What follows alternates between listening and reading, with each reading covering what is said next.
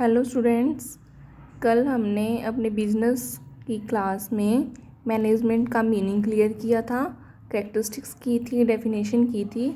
तो कैरेक्टरिस्टिक्स के बाद आज हम क्या देखेंगे, मैनेजमेंट की ऑब्जेक्टिव्स की। जो मैनेजमेंट है वो किस उद्देश्य से की जाती है।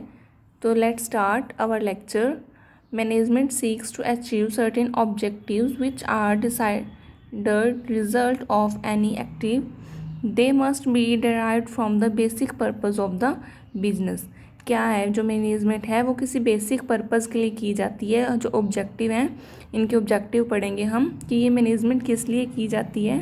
इसको 3 पार्ट्स में डिवाइड किया गया है। First is organisational objective, second is social objective and third is personal objective. Personal objective को इंडिविजुअल ऑब्जेक्टिव भी कहते हैं।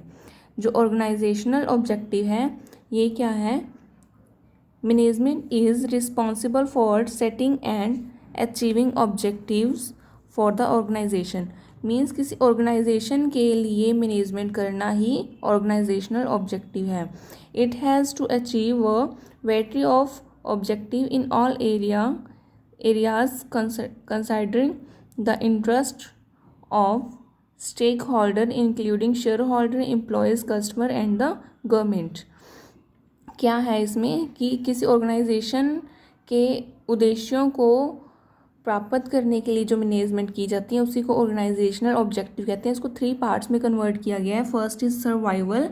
सर्वाइवल का मतलब होता है हमेशा जीवित रहना। किसी ऑर्गेनाइजेशन को लॉन्ग टाइम तक चलाने के लिए मैनेजमेंट का होना बहुत ज़रूरी है। ठीक है, तो फर्स्ट पॉइंट जो है survival. For survival we use management and second is profit. Profit को अचीव करने के लिए भी मैनेजमेंट का होना बहुत ज़रूरी है।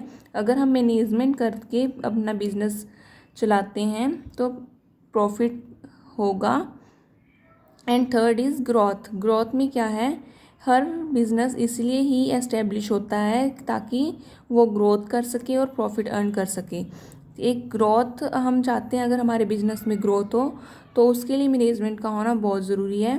तो ये जो ऑर्गेनाइजेशनल ऑब्जेक्टिव है इनको अचीव करने के लिए मैनेजमेंट अपना रोल प्ले करती है। सेकंड है सोशल ऑब्जेक्टिव। अब ये तो नहीं है कि एक ऑर्गेनाइजेशन सिर्फ अपना सोचती है, वो अपने कस्टमर्स का भी सोचती है और पूरे समाज का भी सोचती है।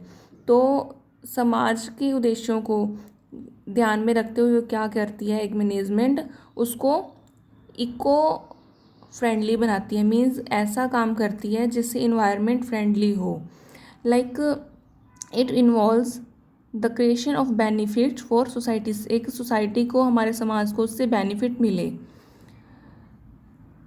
The refers creating economic value of various consistence of society. They include using environment friendly method of production, giving employees opportunity to the disadvantaged section of society and providing basic ammunition like schools, chair of employees. क्या करती है, अपने employees को opportunity देती है अपने business के लिए और अपना इन्वायरमेंट को फ्रेंडली बनाती है। और क्या कुछ कर सकती है एक समाज के लिए, एक ऑर्गेनाइजेशन क्या कर सकता है, उसको क्वालिटी कंट्रोल कर अच्छी क्वालिटी प्रोवाइड करवा सकते हैं, पोल्यूशंस को कम कर सकते हैं। एक जो भी वो प्रोडक्शन कर रहे हैं उसको इस तरह से कर सकते हैं कि जिससे इन्वायरमेंट पर कोई इफ़ेक्ट ना पड़े, लाइक पोल्यूशन ना हो, और जो लोगों का स्टैंडर्ड ऑफ लिविंग है वो अप हो, एजुकेशन अप हो और उनकी हेल्थ है वो अच्छी रहे। इसके बाद है पर्सनल और इंडिविजुअल ऑब्जेक्टिव। जो पर्सनल ऑब्जेक्टिव है, पर्सनल ऑब्जेक्टिव में वो खुद का सोचते हैं और अपने जो एम्प्लॉयज़ होते हैं उनके बारे में ध्यान रखते हैं। Organisation are made of individual who have different personalities, backgrounds, experience and objectives. जो कि अलग अलग तरह से अपना रोल पे कर रहे हैं लोग, उनका भी ध्यान में रख के मैनेजमेंट बनाई जाती है।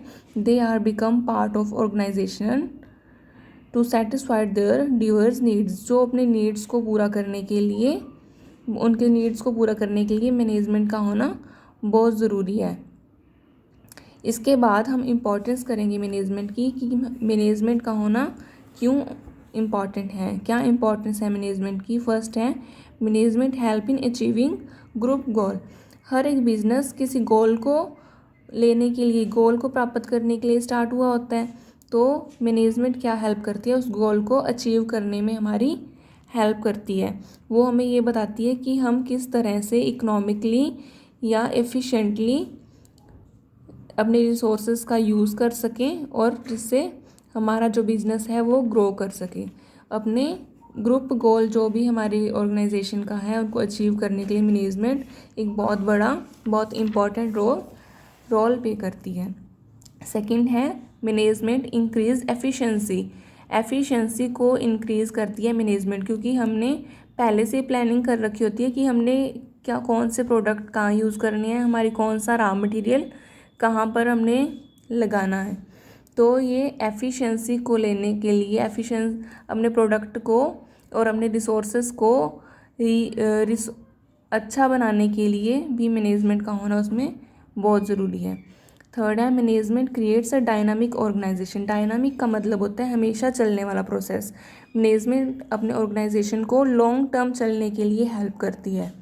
अगर हमारी कंपनी में मैनेजमेंट है तो जो हमारा ऑर्गेनाइजेशन है वो लॉन्ग टाइम तक चल सकता है। Fourth is management help in achieving personal objective.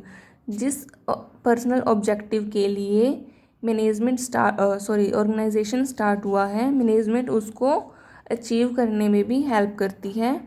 अगर किसी इंडिविजुअल ने कोई बिज़नेस स्टार्ट किया है तो वो उसको मोटिवेट करती है और उसको उसमें एक लीडरशिप पैदा करती है। जो मैनेजमेंट होती है वो एक बहुत बड़ा रोल प्ले करती है एक ऑर्गेनाइजेशन में पर्सनल ऑब्जेक्टिव को अचीव करने में।